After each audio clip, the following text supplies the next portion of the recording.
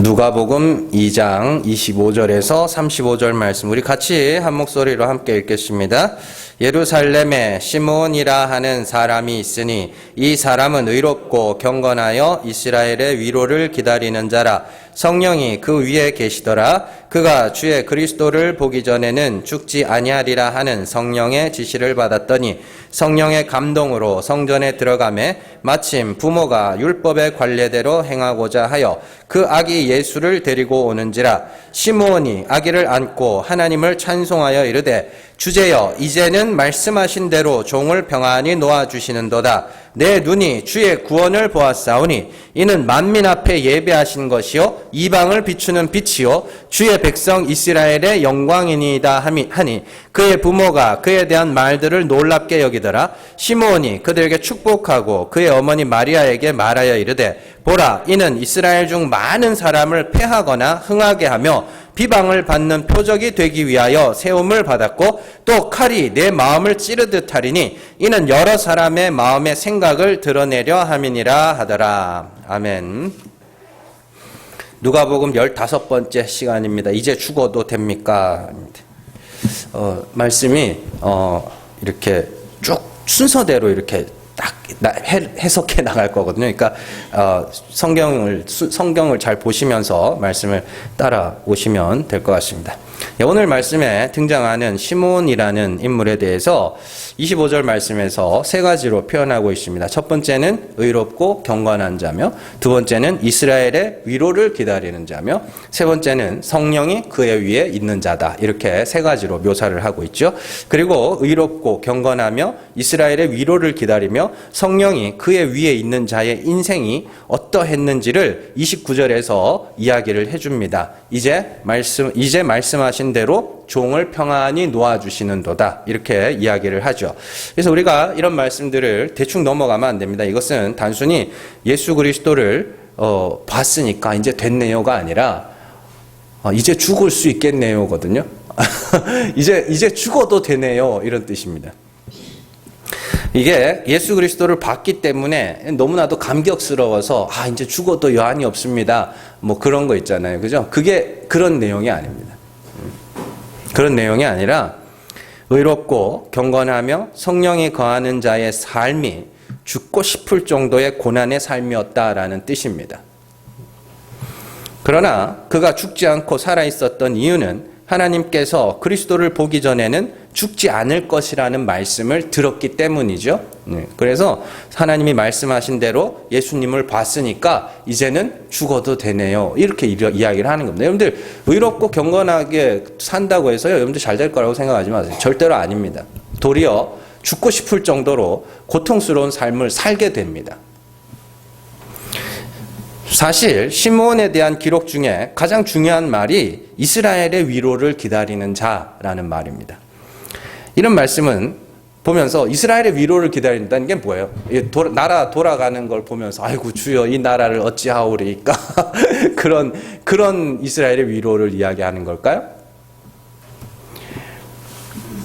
이 말씀은요, 이사야 40장에서 인용된 말씀인데 이 이사야 40장의 말씀을 잘 이해를 하면 시므온이 받은 고난의 정체와 그가 예수 그리스도로 말미암아 받은 위로의 정체도 알 수가 있습니다.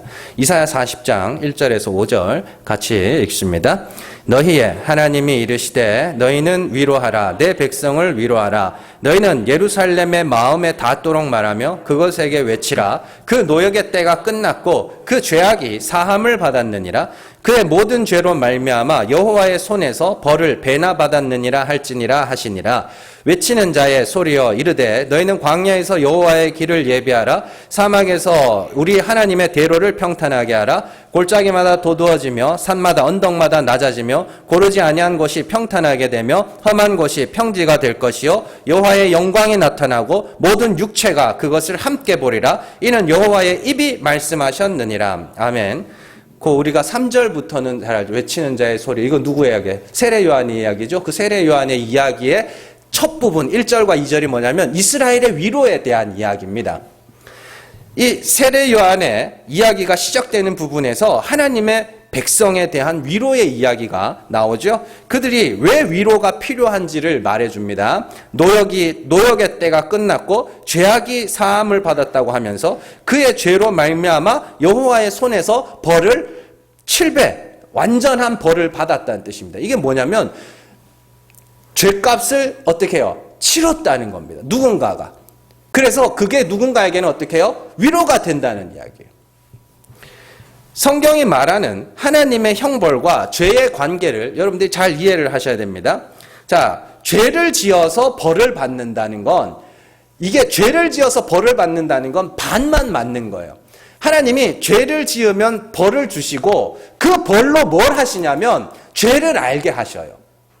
뭔 말인지 아시겠습니까? 자, 이렇게 솔로몬이 성전을 지어놓고 하나님께 기도를 합니다. 자, 우리가 죄를 지어서 하나님이 우리에게 뭐 기근을 주시고 전염병을 주시고 전쟁에 지게 하시고 포로로 끌려가게 하시면 거기서 뭐 하면 죄를 알고 하나님께 부르짖으면 주께서는 들으시고 우리의 죄를 사하여 주시고 우리를 구원하여 주셔서 이렇게 솔로몬의 기도가 그렇게 일어난다고요.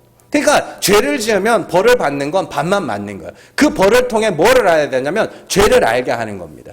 그래서 하나님의 형벌이 이스라엘 백성들에게 주어졌다. 그래서 그들이 그 형벌로 뭘 알아야 되냐면 자기들의 죄가 사함을 받아야 하는, 자신들이 죄인이라는 걸 알게 되는 것입니다. 그래서 형벌의 가장 중요한 역할은 이스라엘이 그들의 죄를 알게 하는 거예요. 우리는 형벌을 받지 않기 위해서 죄를 짓지 말아야 한다고 하는데 하나님은 성도들에게 여러 가지 형벌을 통하여 죄를 알게 하시는 거예요. 그래서 형벌을 다 받았다는 건 뭔 뜻이냐면 이제는 죄를 알았다는 이야기입니다. 그리고 그들에게 누군가가 어떻게 해요? 위로가 되는 겁니다. 시므온이 이스라엘의 위로를 기다렸다는 것은 그가 자신의 죄로 말미암은 애통함이 있었다는 이야기입니다. 그리고 이제 예수 그리스도가 그의 죄를 사하실 것을 성령을 통하여 지금 보고 있는 거잖아요. 예수 그리스도를 보고 있는 거 아닙니까? 그래서 이제는 뭐예요? 이제는 죽어도 되네요. 이렇게 이야기를 하는 것이죠. 그래서 그 애통에서 위로를 얻게 되는 것이죠. 시므온이 기다린 이스라엘의 위로는 자기 민족의 아픈 역사에 대한 위로가 아니라 모든 택하신 백성 이스라엘이 겪어야 할 죄로 말미암은 애통을 대표로 성경이 보여주는 겁니다. 자신이 겪어내면서 하나님의 죄사함의 위로를 기다렸다는 것이죠. 그런데 시므온은요, 성도를 상징하고 대표하는 인물로 보셔야 됩니다. 나랑 상관없는 옛날에 살았던 어떤 사람이 아니라 그건 성령 받은 성도들이 반드시 겪어내야 되는 자들입니다. 하나님 앞에 의롭다함을 받게 될 성도들이 반드시 겪어내야 될 것을 이 시므온이라는 사람을 통해서 하나님이 보여주고 계신 거라고요, 우리에게. 산상수훈에 보면 하나님의 위로에 대한 계명이 있죠. 자, 마태복음 5장 4절 같이 읽습니다. 애통하는 자는 복이 있나니 그들이 위로를 받을 것이며. 아멘. 야고보서 4장 9절 말씀 같이 읽습니다. 슬퍼하며 애통하며 울지어다. 너희 웃음을 애통으로 너희 즐거움을 근심으로 바꿀지어다. 계시록 21장 4절 같이 읽습니다. 모든 눈물을 그 눈에서 닦아주시니 다시는 사망이 없고 애통하는 것이나 곡하는 것이나 아픈 것이 다시 있지 아니하리니 처음 것들이 다 지나갔음이러라. 아멘. 보세요. 성경은 반복해서 이 땅에서 애통하며 우는 것이 복이 있다고 그럽니다. 그게 뭔 복이에요? 우는 게. 근데 하나님은 그게 복이 있다 그래요. 애통하는 게 복이 있다 그래요. 왜요? 그들이 하나님의 위로를 받을 것이기 때문에. 그리고 계시록 21장에서는 자, 하나님이 눈물을 닦아주실 거라 그럽니다. 그러죠? 계시록 21장 4절에서 모든 눈물을 그 눈에서 닦아주시니 자, 다시는 사망이 없고 애통하는 것이나 곡하는 것이나 아픈 것이 있지 않다. 이게 뭔 말이에요? 다시는 없다는 말은 이 땅에서 그들이 뭐예요? 실컷 울고 갔다는 소리입니다. 그래서 다시는 없다라고 이야기를 하는 거예요.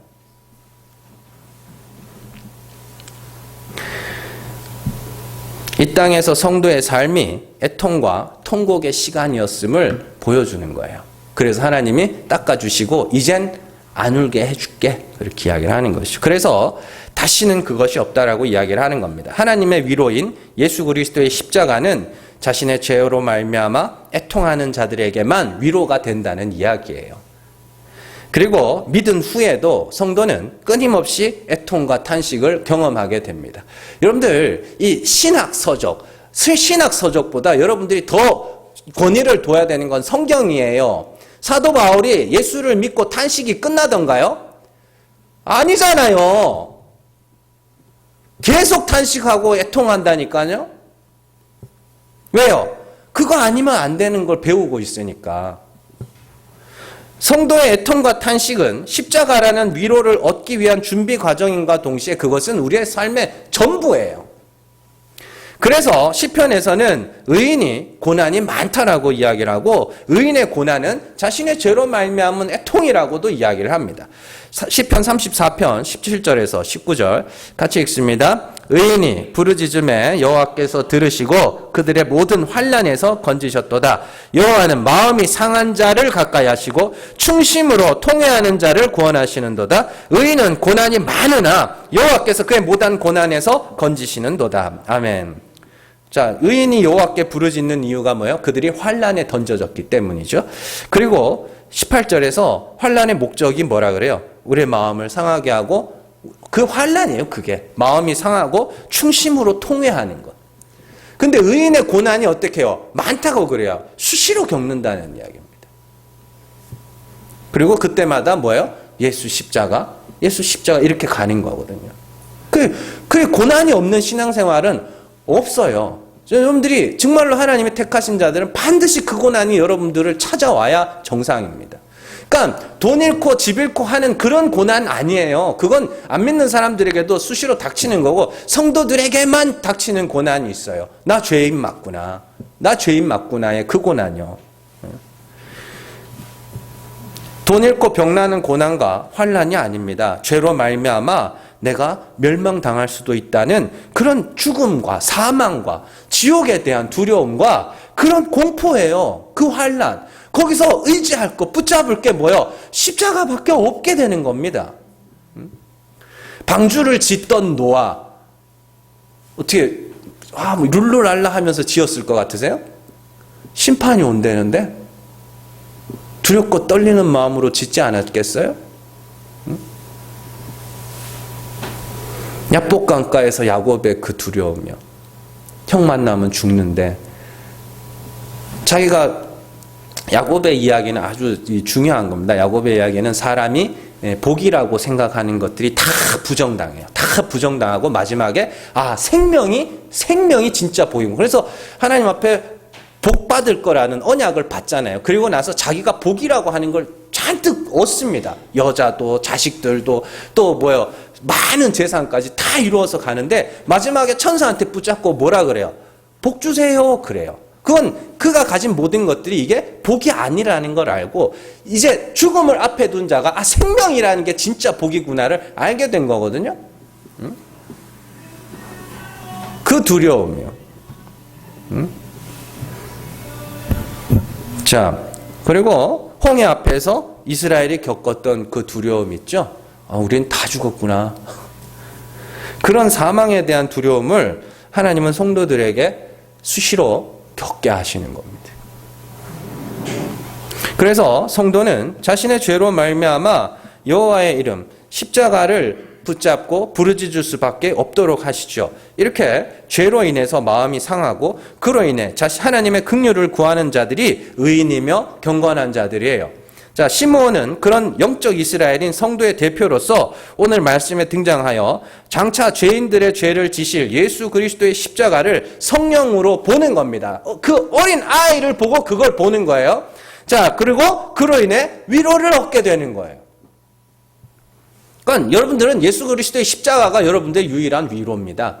예. 그래서 고린도후서 1장에 보면 위로의 장이라고도 불리는데 우리가 그리스도의 십자가의 고난에 동참하는데 그 십자가가 우리에겐 위로가 된다라고 이야기하거든요. 그리스도의 십자가에 동참한다는 건 내가 죽어야 할 죄인, 저주받을 죄인이라는 게 수시로 내게 닥쳐온다는 거고 그때마다 나 대신 죽은 예수 그리스도가 내게 위로가 된다는 이야기예요.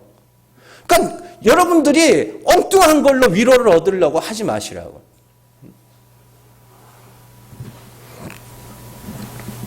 그래서 시몬이 30절에서 내 눈이 주의 구원을 보았다고 하면서 동시에 만민 앞에서 예비하신 것이라고.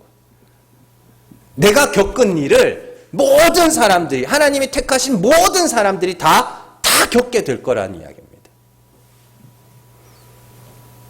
모든 사람들이 죄로 말미암은 애통과 그리스도의 십자가로 말미암은 위로를 택하신 자 이스라엘은 다 겪게 될 거라는 소리입니다. 동시에 자신이 겪은 일들을 하나님이 택하신 모든 사람이 겪게 될 것이며 또 하나님이 택하신 성도들은 자기 자신의 죄로 인한 두려움과 애통 그리고 그것을 대신 지고 죽으신 십자가 그것이 더욱더 가치 있게 여기지는 것이죠. 억지로 두려운 척하고 애통하는 척하라는 게 아닙니다. 성령이 거하시는 성도들은 수시로 그런 애통과 두려움 속에 던져지게 됩니다. 그걸 베드로가 불시험이라고 이야기합니다. 너희를 연단하기 위한 불시험. 그 연단은 뭐예요? 연단의 목적이 뭐예요? 불순물을 거르고 깨끗한 걸 얻기 위한 거 아닙니까? 하나님이 우리에게서 얻어내고자 하는 게 뭐냐면 그 은혜를 아는 거. 여러분들 연단하고요. 연마는 다른 거라고 그랬죠. 연마는 막 가르고 닦아가지고 이걸 반짝반짝 빛나게 하는 거고요. 연단은 태워서 진짜 순신한 그거 하나 얻어내는 거거든요. 그러니까 자꾸만 사람들이 연마를 자꾸 연단이라고 하는 거예요. 그 산에 가면 등산해 보신 분들 아시죠? 이렇게 등산하다 보면 나무 딱 보면 손 닿는 데 있는 나무들이 어때요? 뺀질뺀질하죠. 그게 이제 연마가 된 거거든요. 연단은 그런 거 아닙니다. 계속 불시험이 닥쳐와요. 그래서 그거 아니면 안 되는 자로 우리를 그렇게 만들어 가시는 겁니다.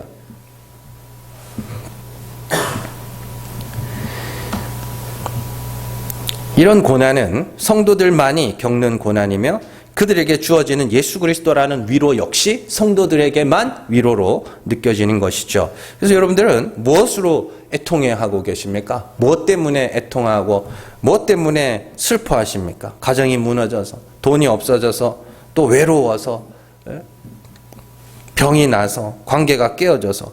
그것도 슬픈 일 맞아요.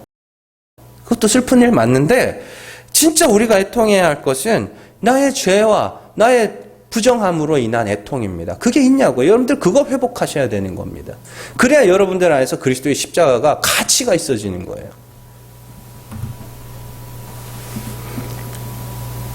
자, 그래서 하나님께서 우리 힘으로는 못하니까 우리는 하기 싫어하거든요. 그거. 그래서 하나님이 애통하게 하셔요. 어떻게 하냐면 우리를 자꾸만 그 심판대 앞으로 끌고 가시는 겁니다. 네. 자, 조선시대에는요, 금형일이라는 게 있었습니다. 금형. 그러니까 뭐냐면 사형 집행을 금하는 날 있었어요. 그래서 이 금형일이요, 1년에 며칠 정도가 아니라, 거의 대부분. 그래서 사형 집행을 할 수 있는 날이 손에 꼽을 수 있을 정도였습니다. 그래서 예를 들면은 이래요. 자, 일단, 봄과 여름은 만물이 이렇게 생성하는 날이잖아요. 그땐 죽이면 안 돼. 그러니까 봄과 여름 1년의 반은 그냥 날아가요. 1년의 반은 그냥 날아가고요. 그리고 역대 왕이나 왕비나 왕세자의 생일은 안 됩니다. 그날도 사형 집행을 못하고 또 왕가의 식구들이나 고위공직자가 죽는 날도 사형 집행을 못합니다. 24절기에 해당되는 날도 못하고요. 그리고 비 오는 날도 못합니다. 그리고 밤이 밝지 않을 때, 그러니까 밤이 어둡지 않을 때, 달이 뜬 날도 못합니다. 그러면은 1년에 끼켜야 뭐 한 10일도 채 안 돼요. 사형 집행할 수 있는 날이. 그게 이제 금형일이거든요. 그래서 이것저것을 다 따지면은 사형을 집행할 수 있는 날이 뭐 며칠 되지 않고 어떤 해에는 아예 하루도 없는 그런 날이 있었다고 그래요. 자, 그런 와중에 이 조선시대에 탐관오리 중에 이복선이라는 사람이 있었는데요. 이 사람이 사형이 확정되고서 이제 금형일을 다 피하고 이제 형이 딱 집행할 수 있는 날에 대해서 이제 가는 거예요. 거기 갔는데 비가 오네. 그래서 다시 형을 집행하다가 그러니까 형 집행을 실패하면 곤장을 맞아요. 곤장을 맞고 다시 들어가는 거예요. 그리고 또 사형을 집행할 수 있는 날이 와서 또 왔는데 여기 또 고관 대장이 죽었네. 또 들어갈 거예요. 그래가지고 이 사람이 결국에는 감옥에서 늙어서 죽었어요.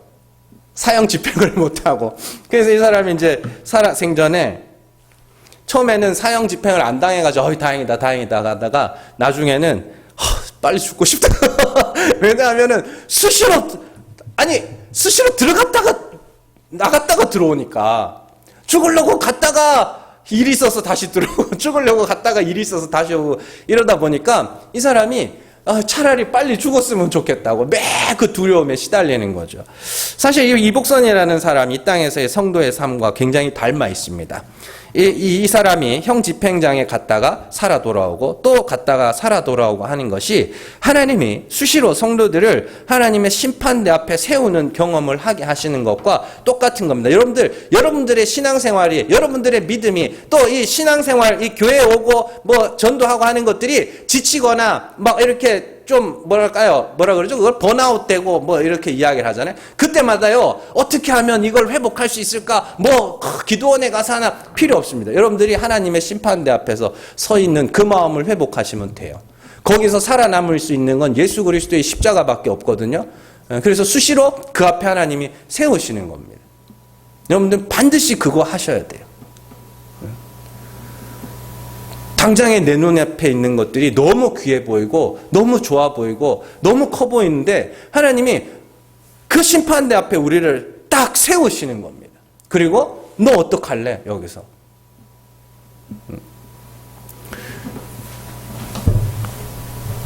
그게 하나님이 우리를 낮추시는 방법이고요. 우리를 애통하게 하시는 방법이고요. 거기서 예수 그리스도의 십자가만을 의지하게 하시는 방법입니다. 여러분들 그거 없으면은 사실 그게 여러분들 안에서 회복이 되면 여러분들의 신앙이 굉장히 진지해지게 될 겁니다. 그래서 그런 하나님의 심판대 앞에서는 그런 경험들을 하다 보면 몇 가지 현상이 나타나는데 나의 죄로 인한 두려움과 애통함을 경험하게 되고요. 예수 그리스도의 십자가가 나의 위로가 되는 것은 그건 기본입니다. 기본. 그리스도의 십자가 내게서 굉장히 귀하여져 가는 거예요. 거기서 살아날 방법이 그것밖에 없다니까요. 그러면 하나님이 수시로 거기 안 세우겠냐고요. 형 집행장에서 살아날 수 있는 방법이 그리스도의 십자가밖에 없다면 수시로 거기서 세우는 게 여러분들은 억지로라도 생각을 하셔야 되는 겁니다. 그리고 이 땅에서 인간들이 추구하는 것들이 굉장히 허망한 것으로 보이게 됩니다. 이게 중요한 게 아닌데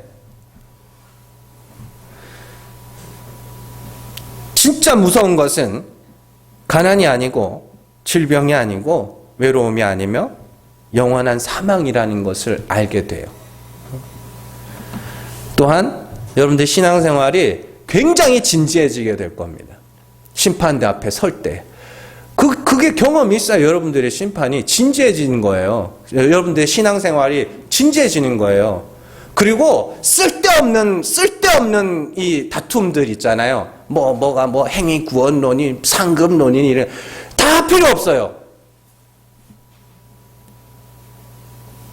그 심판대 앞에서 내가 살아날 방법은 그리스도의 십자가밖에 없다는 것을 인식하게 되는 거예요. 지금 다른 게 문제가 아닌 게 되는 거죠.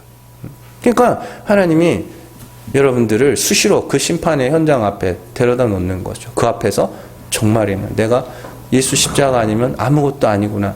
그럼 수시로 거기 나가야 되는 거예요. 그게 하나님의 복입니다.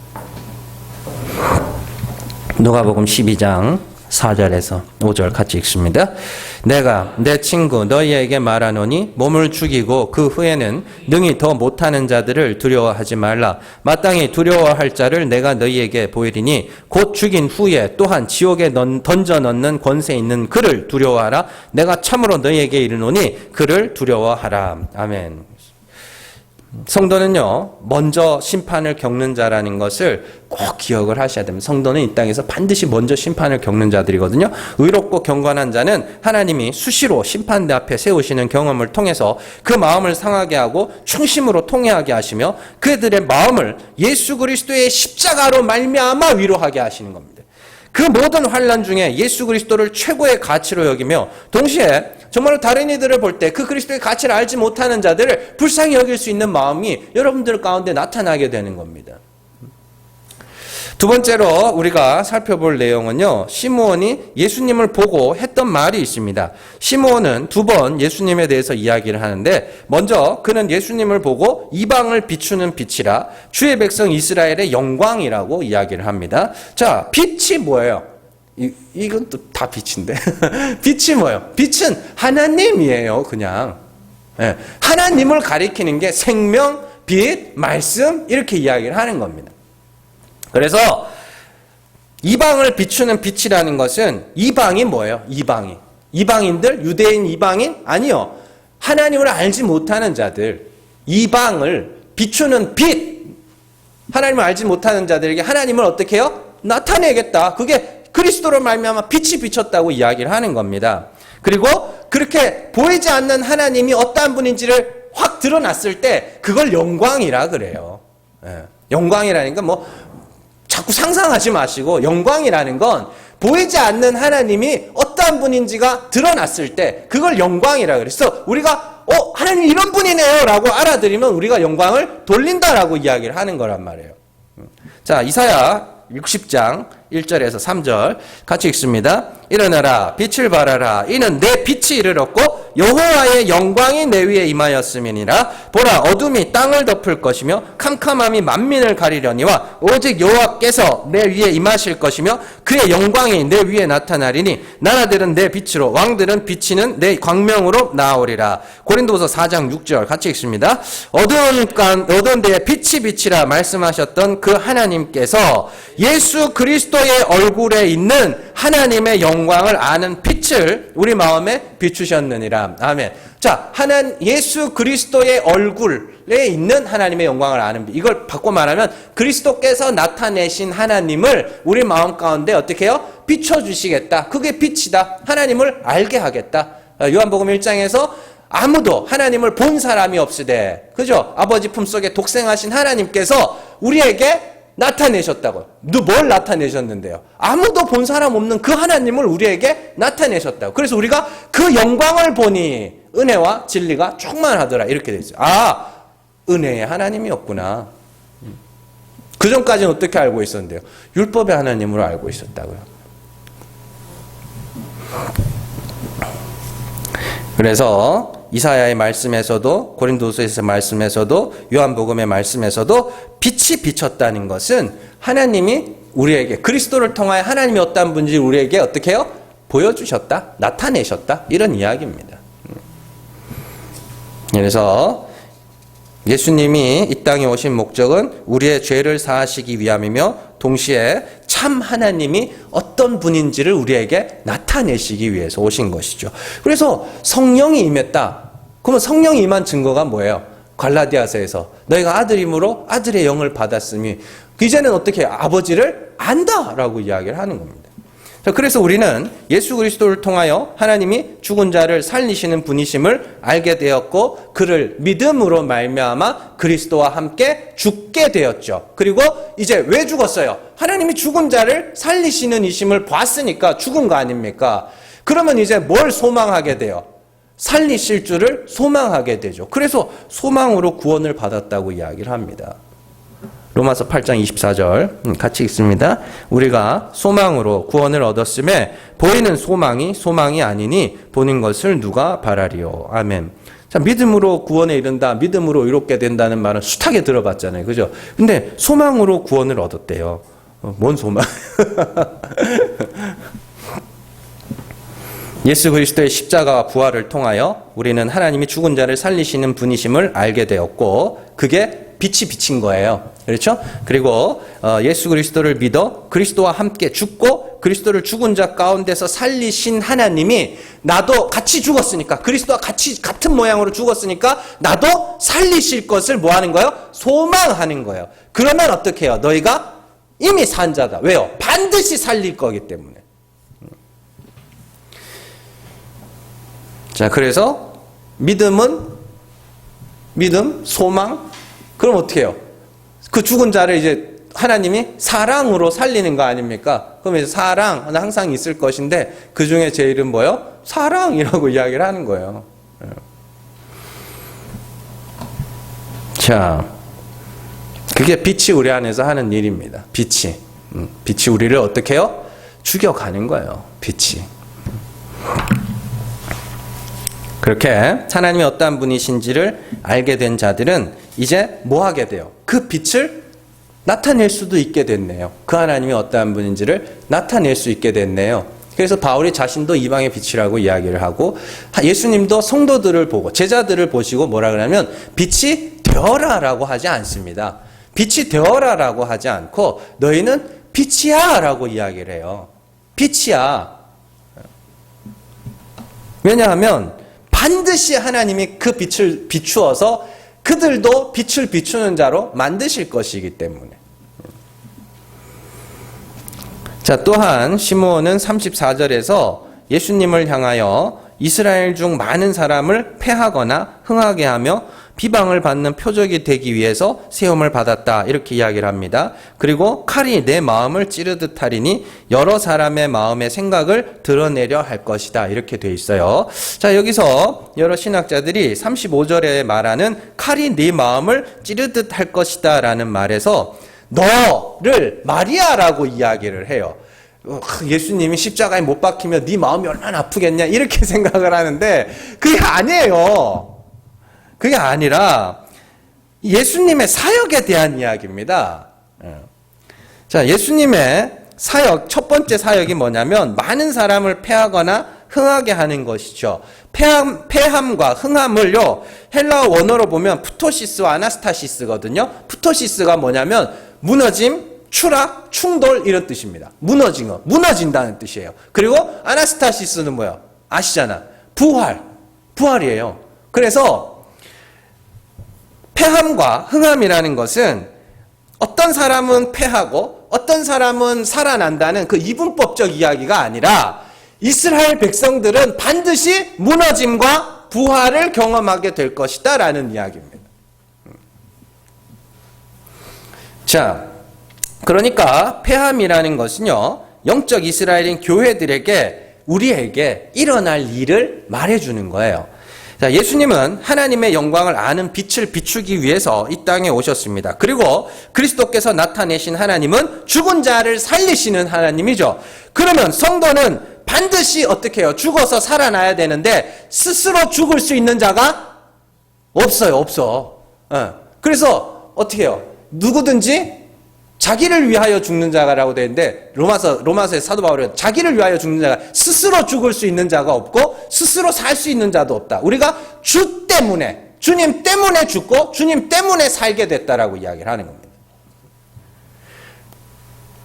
그래서 우리가 쌓은 것이 무너지는 일을 겪어야 하고 그 후에 다시 세우심을 받게 되는 것이죠. 그래서 패함과 흥함이라는 것은 택하신 성도들에게 필연적으로 겪게 일어나게 될 일인 것이죠. 그래서 빛이 비치면 이전에 자랑으로 갖고 있던 것들의 실체가 드러나게 될 것이다. 이렇게 이야기를 합니다. 에베소서 5장 11절에서 14절 같이 읽습니다. 너희는 열매 없는 어둠의 일에 참여하지 말고 도리어 책망하라. 그들이 은밀히 행하는 것들은 말하기도 부끄러운 것들이라. 그러나 책망을 받는 모든 것은 빛으로 말미암아 드러나나니 드러나는 것마다 빛이니라. 그러므로 이르시기를 잠자는 자여 깨어서 죽은 자들 가운데서 일어나라. 그리스도께서 너희에게 비추이시리라 하셨느니라. 아멘. 잘 보세요. 어둠이 하는 일이 뭐냐면 어둠이 하는 일이 이 원래의 모습을 뭐 하는 거예요? 감추는 역할을 합니다. 그리고 빛이 하는 일은 뭐예요? 어둠에 감춰졌던 것들을 드러내는 일을 해요. 자, 예수님의 비유를 잘 한번 생각을 해보세요. 예수님이 바리새인들을 보고 회칠한 무덤이라고 하십니다. 그리고 너희 안에 뭐예요? 썩은 것과 죽은 것들이 가득하다라고 이야기를 하시죠. 그런데 빛이 비치면 회칠한 무덤, 이게 어떻게? 이게 어둠이거든요. 이게 확 들춰나서 그 안에 썩은 것과 죽은 것들이 드러난다는 소리입니다. 그게 빛이 비쳤다는 증거예요. 그러니까 여러분들 안에 빛이 비치게 되면 어때요? 내가 자랑으로 갖고 있던, 내가 하나님 앞에서 또 사람 앞에서 나 자신에게 자랑으로 갖고 있던 것들이 다 어떻게 해요? 거쳐지고 그 안에 그게 감추고 있던 나의 원래 모습들이 드러나서 하나님 앞에 책망받을 것으로 드러난다는 이야기입니다. 그게 빛이 비친 증거라고요. 빛이 비쳐서 여러분들이 착한 사람이 되게 한다는 이야기가 아닙니다. 빛이 비쳐서 여러분들이 쌓은 것들이 다 무너지고 내가 아무것도 아님을 알게 된다는 이야기예요. 그게 빛이 비친 증거예요. 어둠에 감춰져 있던 것들이 드러나는 게. 그래야 돼요. 그렇게 무너지고 나는 하나님이 반드시 그들을 다시 살려낸다는 이야기입니다. 하나님이 그렇게 우리를 죽여서 살려내고 무너뜨리신 후에 새로 세우시는 이유는 결국에 뭐예요? 하나님의 은혜의 풍성함을 나타내시기 위해서예요. 내가 구원했어. 하나님이 구원하셨네요. 그걸 알게 하도록 하기 위해서. 그래서 택하신 성도는 이 땅에서 하나님의 은혜만을 바라야 하는 원래 모습으로 낮아져 가는 거예요. 원래 그랬어요. 원래 그랬던 거예요. 우리는 원래 더럽고 추한데 내가 뭐 한 거예요?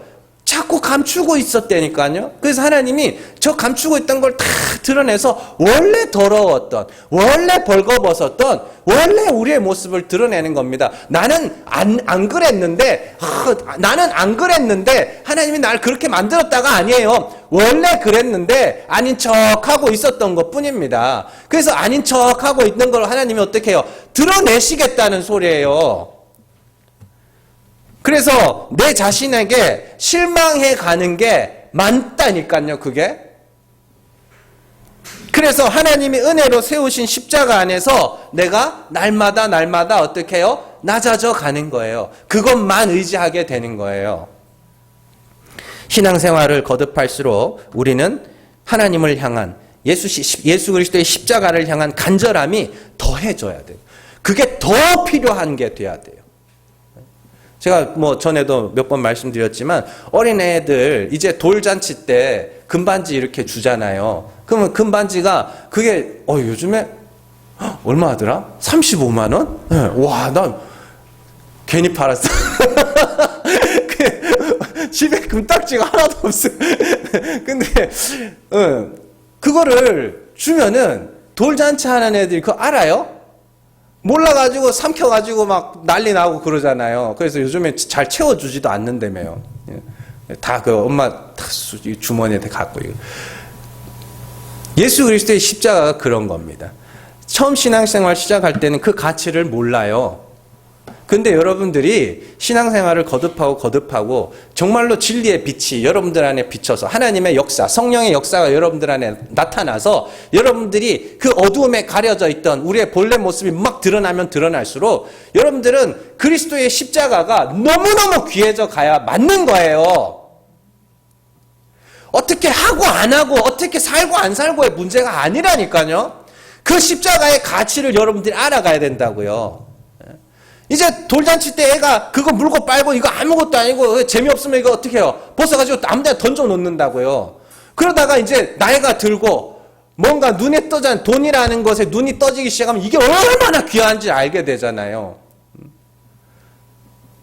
그럼 여러분들에게 그리스도의 십자가가 그렇게 돼야 되는데 자꾸만 어떻게 해요?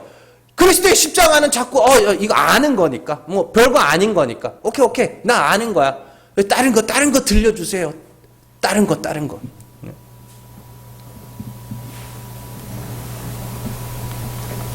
그래서 그리스도의 십자가가 그렇게 돌제비 애한테 채워진 그 돌반지처럼밖에 안 여겨지는 거예요. 갖고 놀다가 그냥 애한테는 장난감 중에 하나야 그게. 그래서 갖고 놀다가 재미없으면 틱 던져놓고. 그리스도의 십자가 여러분들이 그렇게 되면 안 됩니다. 더 귀해져 가야 돼요. 그래서 하나님이 여러분들 안에서 여러분들의 본래 모습을 드러내겠다고 그러시잖아요. 여러분들의 그 사람의 영광을 다 말리시겠다 그러잖아요. 동풍으로.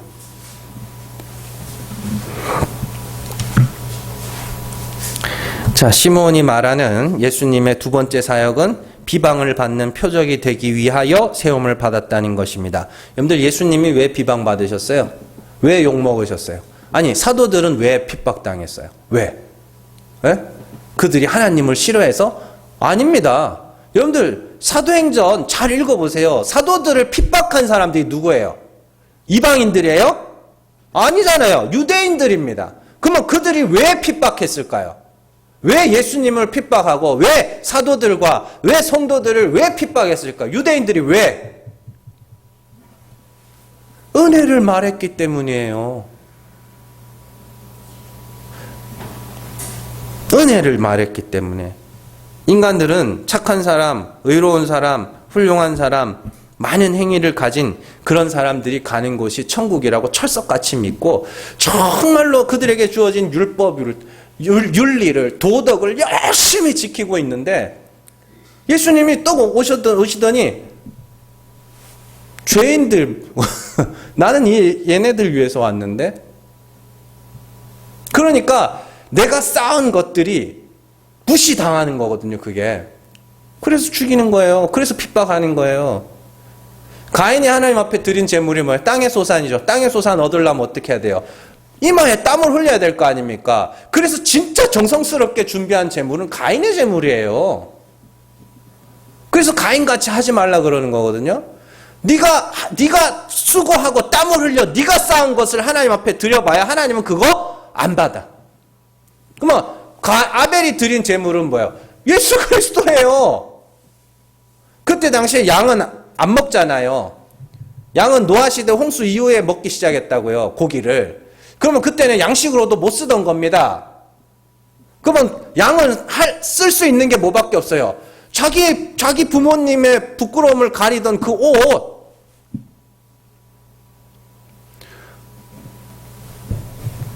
하나님이 주신 것을 알아들인 거고, 가인은 자기 수고로 내놓은 거예요. 그러니까 하나님이 자기 수고로 내놓은, 자기가 땀 흘려 수고한 열매를 내놓으니까 하나님이 어떻게 해요? 안 받죠? 그러니까 가인이 누구를 죽인 거예요?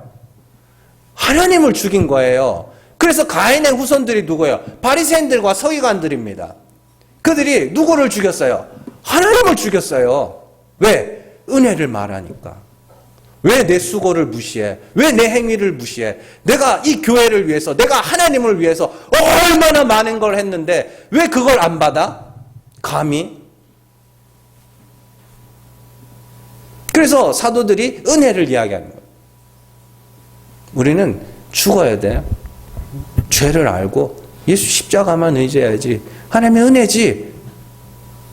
그러면 사람들이 뭐라 그러냐면, 그렇죠, 설교 때는 그렇죠, 은혜죠 하는데 실제로 신앙생활은 왜 내가 한 걸 무시하는. 열심히 전도를 하실 어떤 집사님이, 열심히 전도를 하는 집사님이 있어요. 그래서 제가 천국에 상급 없다고, 다 은혜로 구원받고 다 하나님의 은혜를 찬송하게 될 거라고, 전도라는 것은 그 은혜를 아는 자들이 기쁨과 감사함으로 하는 거라고, 상급 받으려고 하는 거 아니라고. 저를 찾아왔어요. 그래서 나는 상급 안 주면 안 한대. 하지 마시라고. 그랬더니 뭐 싸움 나가지고 그랬는데,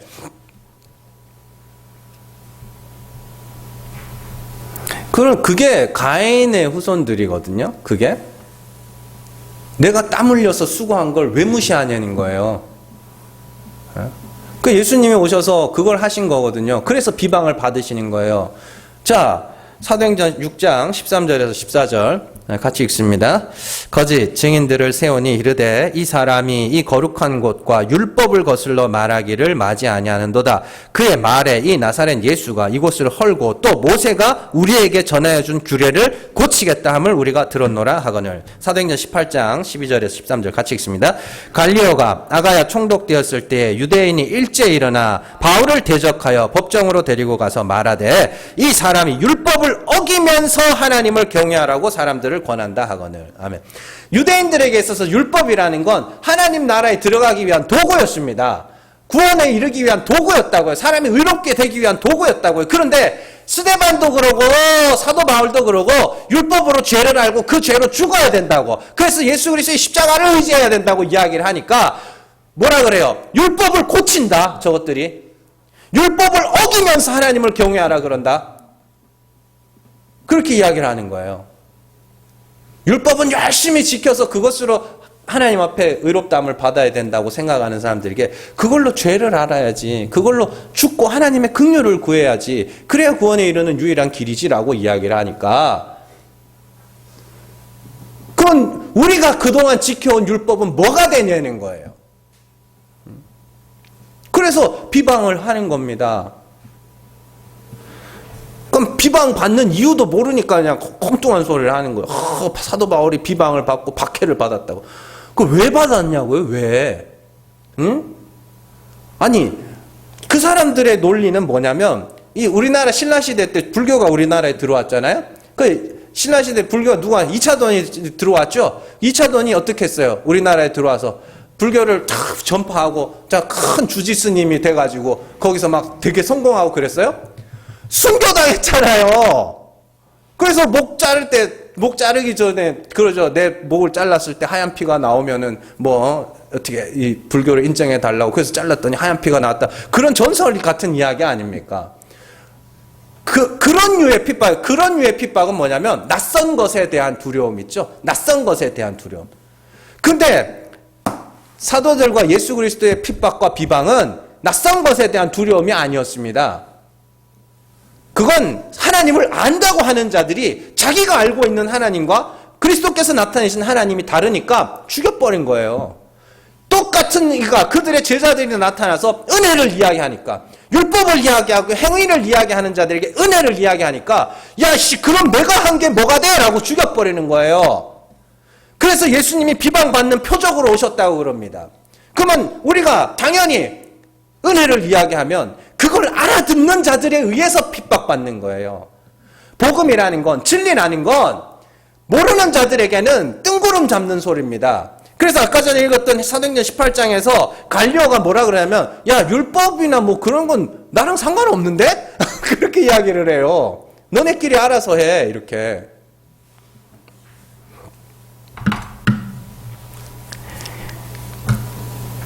그런 이야기입니다.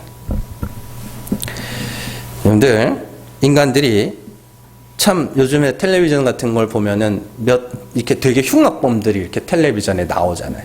나오면은 온 세상에 저것들 때려 죽여야 된다고 여러분들 그 사람들한테 고마워하셔야 됩니다. 그 사람들은 인간 내면에 잠재되어 있는 그 죄악된 본성들이 밖으로 나온 것일 뿐입니다. 여러분들 안에도 다 있어요. 남편 죽인 여자 뭐라 하지 마세요. 저는 아주 많이 들었습니다. 저 남편 죽여버려야지 하는 소리를. 우리 집사람이 했다는 건 아니고, 목회를 하면서, 여러 사람들이, 저거 어디 가서 죽었으면 좋겠다고. 내가 죽이지는 못하겠거냐. 어디 가서 확 죽었으면 좋겠다고. 그렇게 이야기하는 아내들을 많이 봤다니까요.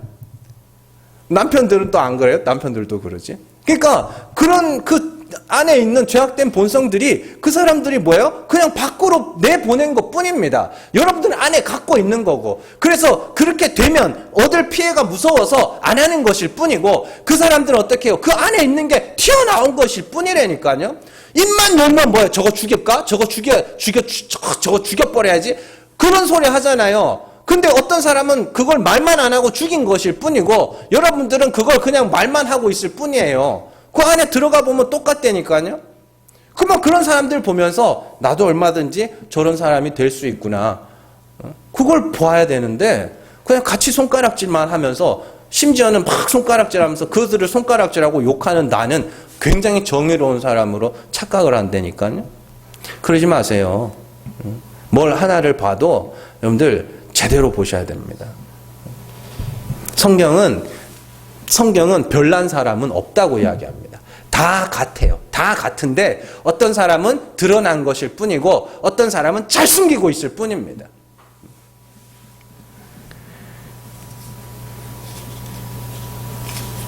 자, 세 번째로 예수님의 사역은 사람의 마음의 생각을 드러내시는 것이라고 이야기를 하죠. 자, 사람의 마음의 생각을 어떻게 드러내시냐면 칼이 마음을 찌르듯이 마음의 생각을 드러내시는 거예요. 오늘 말씀 이제 마지막 부분에 나오죠. 35절.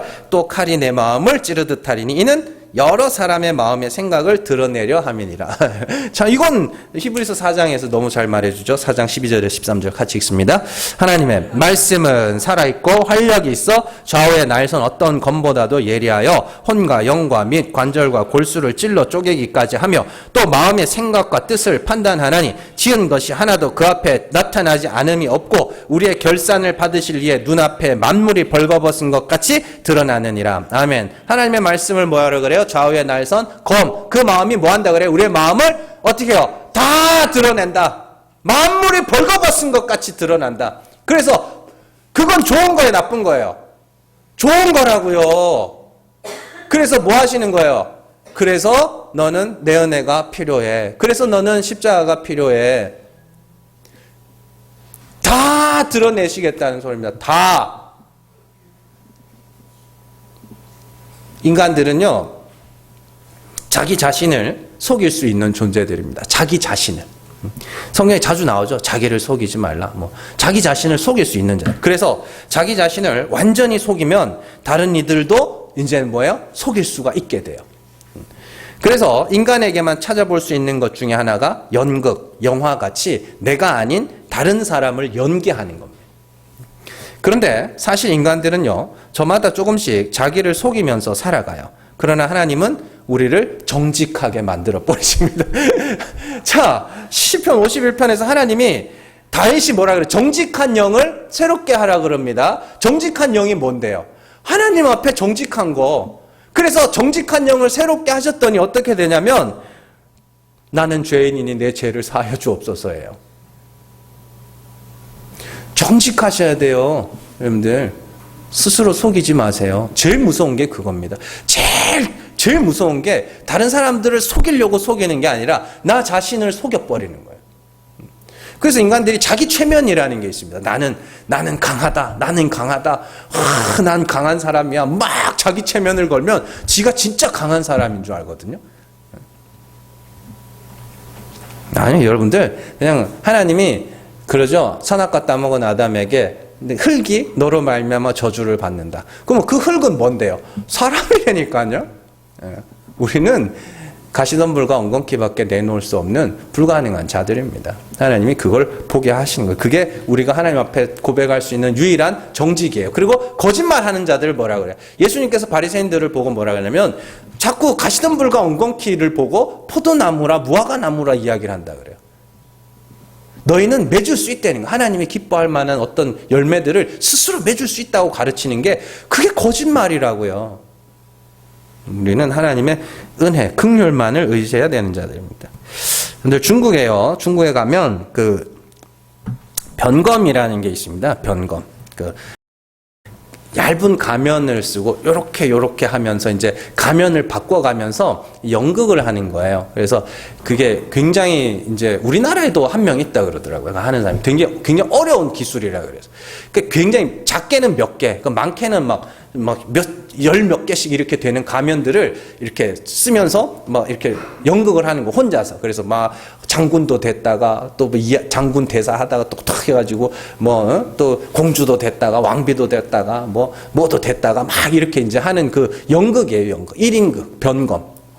근데 연극이 진행되는 동안에는 절대로 그 사람의 원래 얼굴이 안 나옵니다. 예. 몇 가지 가면을 쓰고 계속 얼굴을 바꿔가면서 연극은 하는데 그 연극 동안엔 그 사람의 진짜 얼굴이 안 나온다고요. 우리의 신앙생활은 변검술사의 그 수많은 가면들이 다 벗겨지고 진짜다.